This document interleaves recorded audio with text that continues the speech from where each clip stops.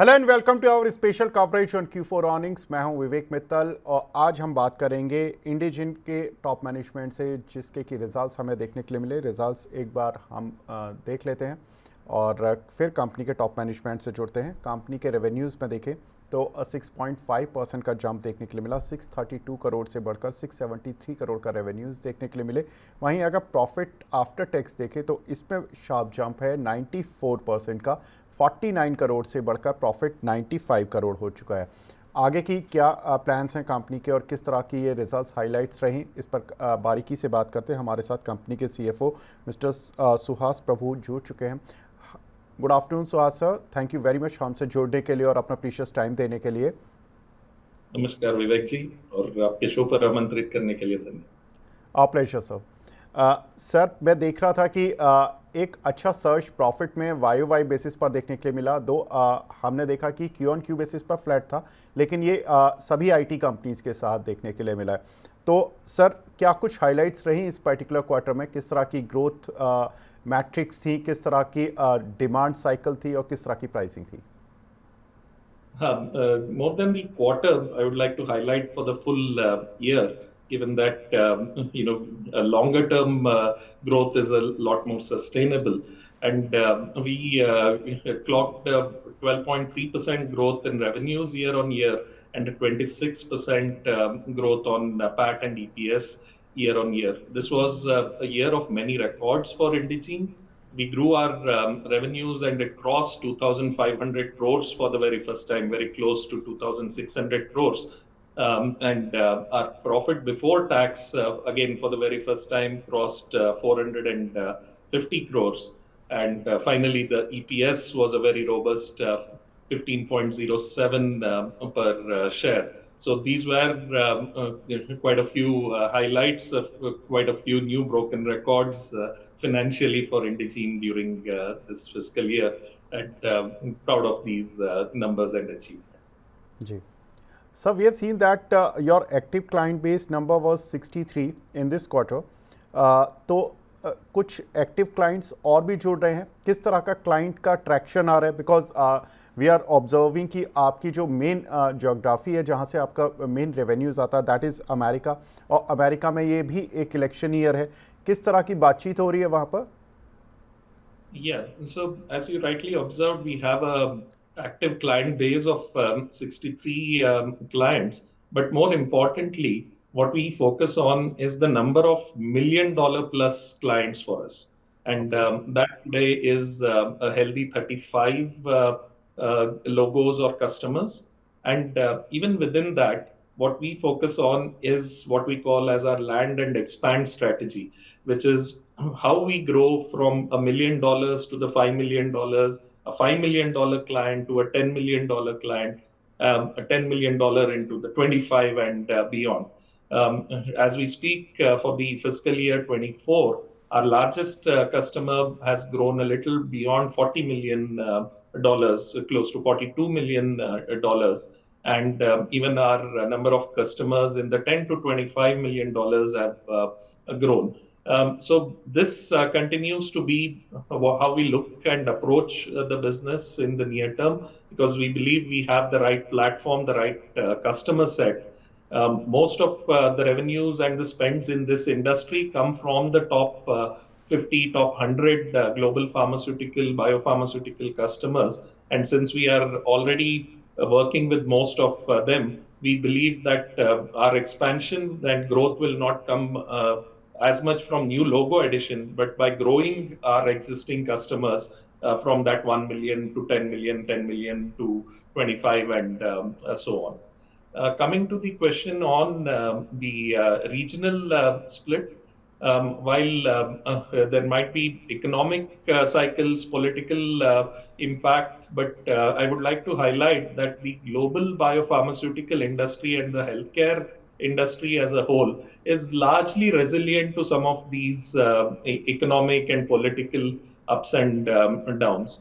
The global biopharmaceutical industry spends most of its monies, most of the operational spends in the areas that we operate in the US and Europe. So our revenues typically reflect their spends in these geographies. And it continues to be 97%. It has marginally inched up from 96% and 95% over the last 2, 3 years. There would be a small shift between US and the Europe region as we speak, but nothing significantly different from the recent past. And we believe that over the near term, this trend would continue, wherein more than 95% of our revenues would come largely out of the US and European markets, which is where the global pharma spends are. And most of the large top 30 to 50 global pharma are headquartered both in the US and Europe. Okay.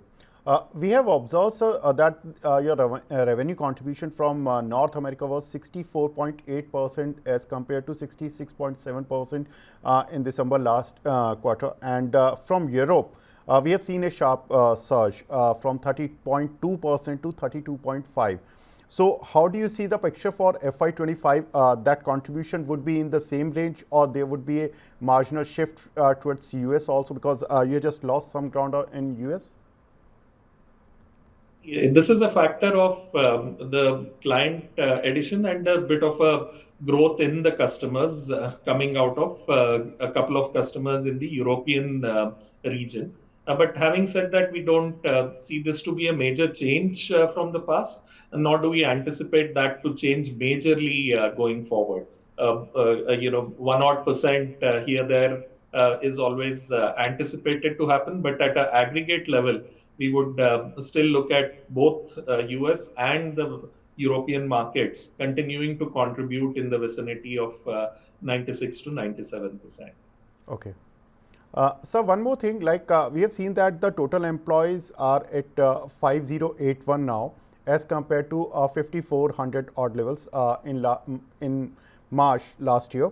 So क्या हो रहा है sir, employees जा रहे हैं company से, या एक इस शिफ्ट को हम पॉजिटिव साइड पर देखें कि इंडस्ट्री ग्रो हो रही है तो लोग अपनी ग्रोथ के लिए जा रहे हैं? Yeah, so over the past many years now, and we continue to be on that path, we have been investing in developing IP, growing our technology and platform capabilities, which impact the turnaround times, the quality of our deliverables with our customers, but also more importantly brings about efficiency and productivity in the work that we do. This over period has resulted in a temporary decline in the number of employees from an overall headcount perspective.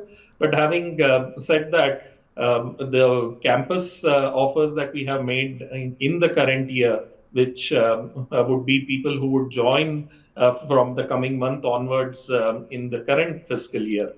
We have seen a jump in that. We are anticipating more than 20% growth in the campus recruitment, and which is a good way of looking at potential growth of the employee base in the coming future. Sir, is there any disruption from AI in your industry as well? AI, of course, is a very powerful tool. There are ways in which this would impact our customers and impact the kind of work that we do for our customers.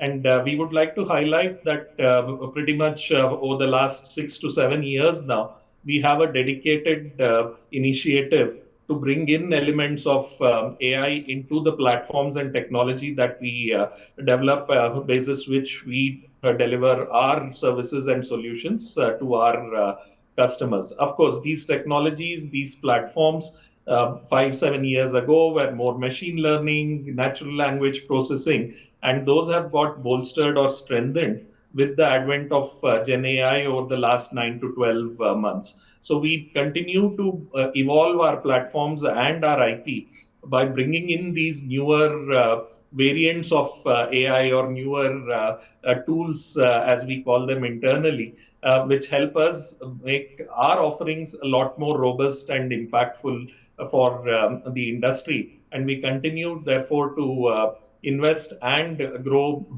in our capabilities on the newer platforms, on the newer Gen AI initiatives as well. Okay. So do you feel that AI is a little bit of AI is having a little bit of risk in your industry? There may be a kind of disruption in times to come. More than the risk, we look forward to it as an opportunity Opportunity. because this is an industry, which needs these kind of solutions, right, to transform, to make a huge impact.